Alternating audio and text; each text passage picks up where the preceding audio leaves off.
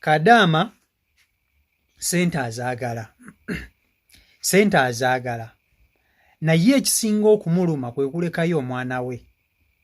Wenjogerera bino nga kampani eyamutunda mu kyumba ky'Abawarabu yo yamaze dde okusasula. Jjukira navayo nembagamba nti kampuni yaliira Kadaama $5,000. Kakati bo sente baazimuwadde. Kampuni ensonga n'ezivaamu. Kati ensonga baazirekedde kooti. Yo kampuni yasasudde emitwalo gya $5 era looya wa Kadaama sente yazifunye. Famire yakozesa Kadaama ono etannaba kusasula ey'Omuwarabu etannasasula. Jjukira bano bakyali bavunaanwa. Balina emisango gy'okuba nti balina siriimu n'ebirala ebintuntu bwe bityo. Kakati Abawarabu bagamba Kadaama ono tasobola kufuluma na mwana waabwe. Tasobola kufuluma na musayi gwabwe. Era tasobola kuyita ku airport n'alinnya nnyonyi n'adda Uganda ng'alina omwana w'Omuwarabu. Ekyo kyo tekisoboka. Mama agamba nti agenda kuwa Kadaama ono ennyumba e Saudi Arabia gy'agenda okubeera. Bw'aba ayagala mbw asobola okwettanira bafamire ye baayagala okubeera naye bo tebakiinaako buzibu. Kadaama agamba teyandigaanye naye ennyumba gye baagala okumugulira e Saudi Arabia bagimugulire e Uganda. Abeere e Uganda ye tayagala kubeera Saudi. Abawarabu kye batakkiriza. Bagamba tebasobola kulabirira mwana nga tebali kumpi naye. Kitegeeza Kadaama wagenda n'omwana oyo Abawarabu bajja sigala nga bamulabira naye nga ate tebamulabako. Bo bagala ne balabirira omwana nga bamulabako. Kansooke nkutuuseko vidiyo eno nkusaba ogimpereka like. Mwebale kuba nti ate mugoberera emboozi ya Kadaama ono. Essaawa yonna Justice agenda kuba nti asaavingibwa. Baganda bange mwannyinaffe kyekituufu yeetaaga ku magezi gammwe, yeetaaga kuwabulwa. Wabula neetaaga omuntu omu asobola okukola live nga eriseeti bulungi nnyo ng'esobola okutambula. Mwannyinaffe nsobola omugamba n'agenda ku live eyo najja, wabula tajja kuba mu vidiyo. Oba asobola okujjamu omulundi gumu ne mulaba nti yeye n'abalaga n'omwana then n'avaamu. Kuba tekijja kuba kyavunaanyizibwa nnyo kuba ensonga ze zikyali mu kooti ate kubeera nga ajja ku live. So ye nga ye yeetaaga ku magezi gammwe. Ekyamazima akoze atya? Sente azaagala naye kuba zo azeetaaga okulabirira omwana. Naagala mulabirira ng'azze waka nti ennyumba gye baagala okumuwa bagimuguliremu e Uganda. Ate famire kyetakkiriza nti kitegeeza babeera bagenda sasula obuvunaanyizibwa obw'okulabirira omwana gwe batalabako. Bo bagamba baagala kulabirira muntu gwe balabako. N'atejjukira nti gavumenti yo nga yo etteeka ligamba nti tokkirizibwa kutwala musaayi gwabwe okuleka ng'omuntu akyali mu lubuto nga tebamanyi. Wano nno we ŋŋambira abaana bonna abalina abaana ab'Abawarabu kuba bo bangi. Omwana ŋŋambye abawala baleese abaana nga mulimu n'abaana abakulu.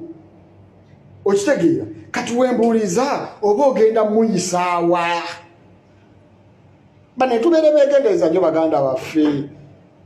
Muganda waffe ye agamba singa bamukkiriza okumuta yali agenda fuluma addeyo Uganda azaalire Uganda. Naye omukyala teyamukkiriza kumuta ng'ayagala kulaba omwana waani. Okitegeera wano mwannyinaffe singa teyabadde embassy na maama Kiyumba yatolosezza omwana ono na driver.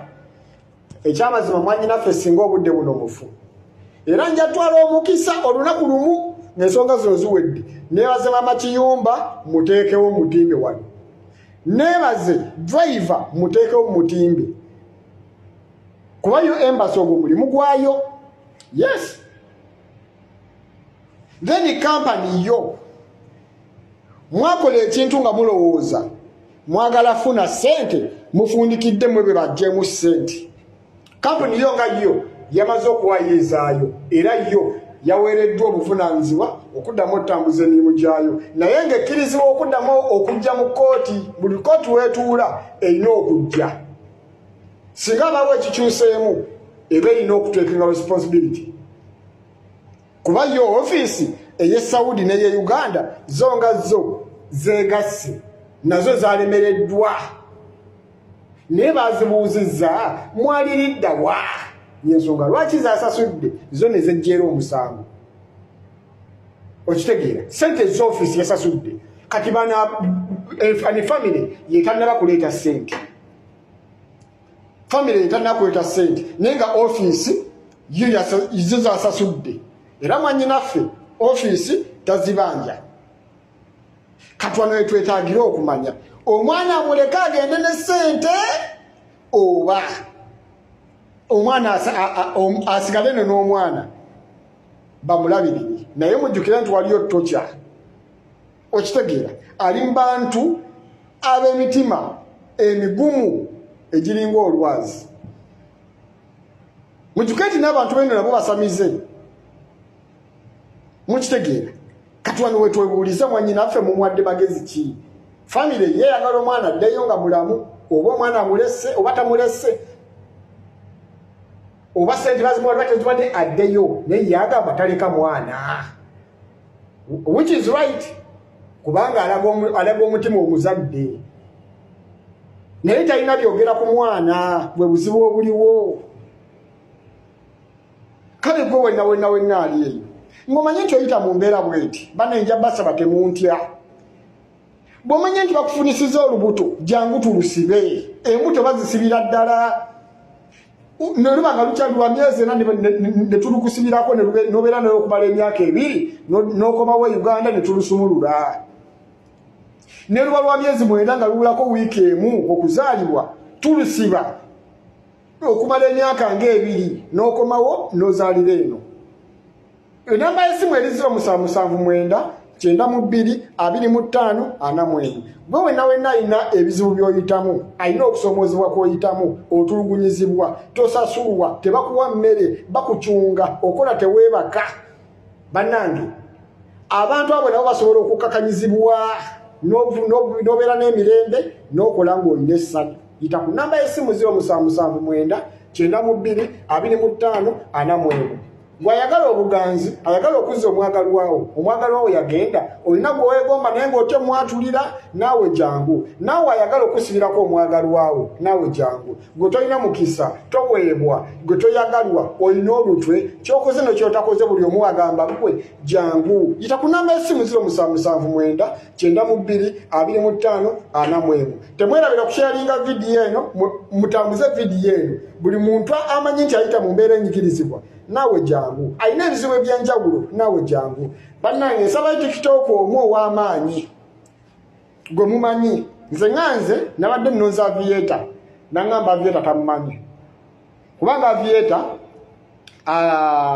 asobola okwogera oluzungu bonna ne bategera najjukira nti abantu abo nti bba abasinga tebaasoma katwetaagayo omuntu asobola okukola live nga nkuba kyeyo ng'ate amanyi oluwalabbu nga baliwe boogera ono asobola okuvuunula buli muntu n'akola ki n'asobola okulaba ng'ategeera kubanga embeera bwetuuse kati ssaawa ya bwenkanya ensonga za muganda waffe ono ziyinza okuweesa bannyinaffe abalala bangi oba abantu abalala bangi obwenkanya n'abalina gwamudde essuubi nga bamanyi tekisoboka kijja soboka guno nno omusango lwakati gunaakujja mu public nange nsobola busomozi naye singa gunajja mu public buli omu nabeera nga gunako access gugenda somesa abantu bangi bagenda okuyigiramu abantu bangi bagenda okumanyiramu ebigenda mu maaso era abantu bangi bagenda okumanyiramu amateeka nti singa obeera mu kiyumba mukama wo n'akucumya